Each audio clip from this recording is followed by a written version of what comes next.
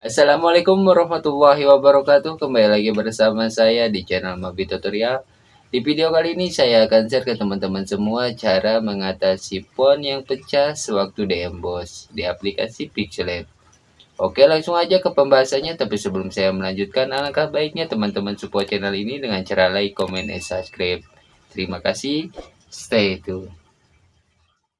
Oke guys, langsung aja ke pembahasan cara mengatasi font yang pecah ketika di-emboss di aplikasi Pixelab. Oke, langsung aja kita masuk ke aplikasi Pixelab untuk mengetahui font yang kita emboss pecah apakah tidak. Kita pilih font terlebih dahulu untuk mempertebal teks.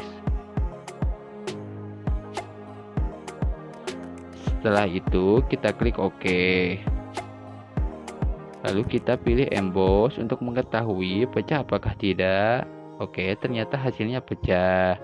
Untuk caranya, kita bisa klik zoom out sampai si tag tidak pecah. Oke, si tagnya sudah tidak pecah. Kita setting terlebih dahulu.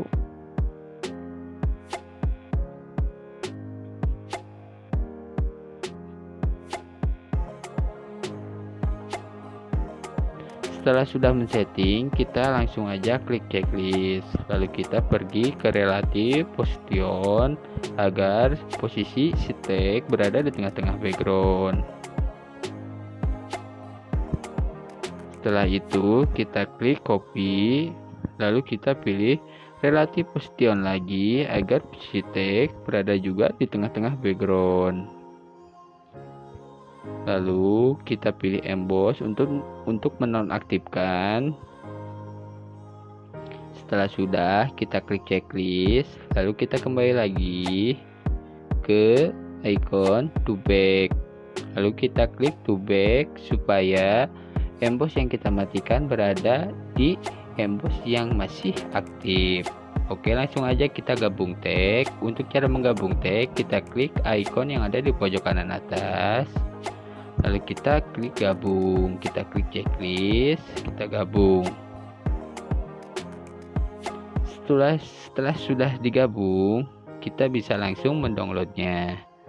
Oke, kita klik save image, lalu save to gallery. Oke, langsung aja kita kembali untuk mencek tag yang sudah kita unduh. Pilih pengelola file, lalu kita pilih gambar. Setelah itu klik Pixelab. Oke guys, untuk hasilnya ternyata tagnya sudah tidak pecah lagi.